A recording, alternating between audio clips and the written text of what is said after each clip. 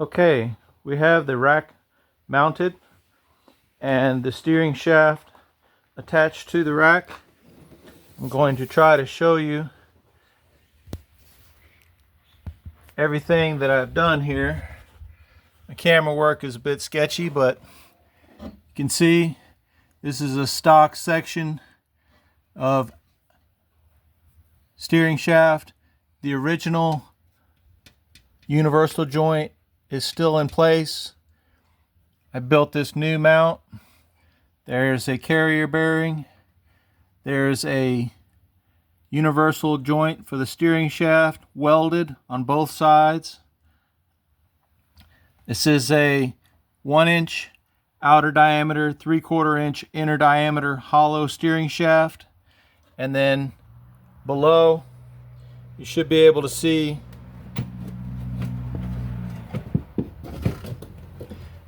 a 3/4 inch double D shaft coming down. And this is a universal joint for the steering shaft, and I'm using set screws to mount it to the rack and pinion.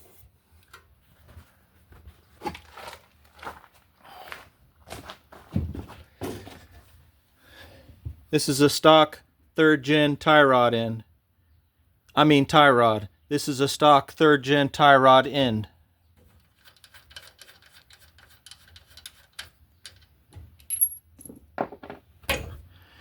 There's a bushing here, purchased from the internet.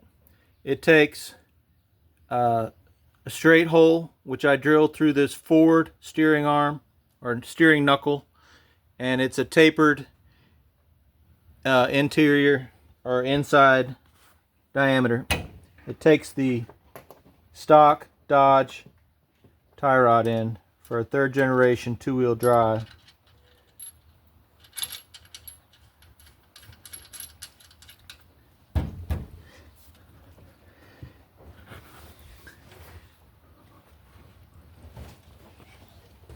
Try to get some views of the mount in place. The mount is approximately 12 inches off of the tube.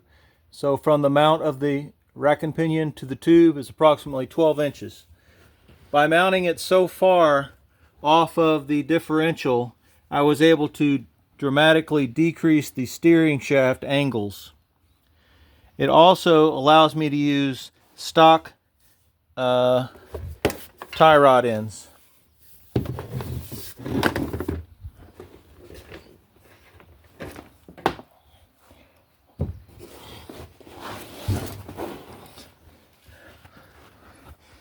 Looking underneath, you can see I have U-joint or U-bolts going around the differential tube.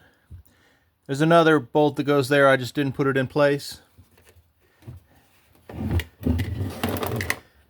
This mount goes underneath the track bar mount. I'm going to drill a hole through here and mount that solid. That gives you triangulation from that bolt to the top of this rack and pinion mount, and keeps this mount from moving that direction. Most of the forces you have here are going this way and that way. This mount here goes at an angle to these bolts. That's also triangulated basically from the top here to there. So this cannot push that way without pushing through those bolts. And then I have the 1/4 inch bar going to that mount. Again, it cannot push that way.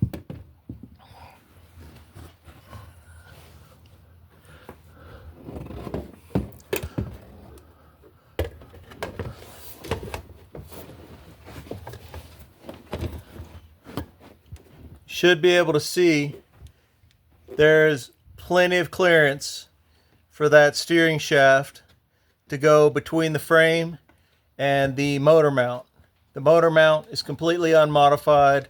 The frame is completely unmodified, and it is at an adequate angle.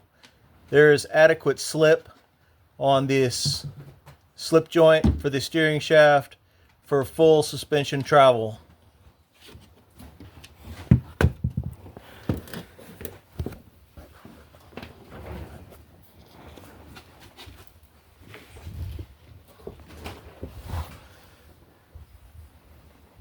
Next up, I will be mounting the shocks, and I'm going to make top shock mounts.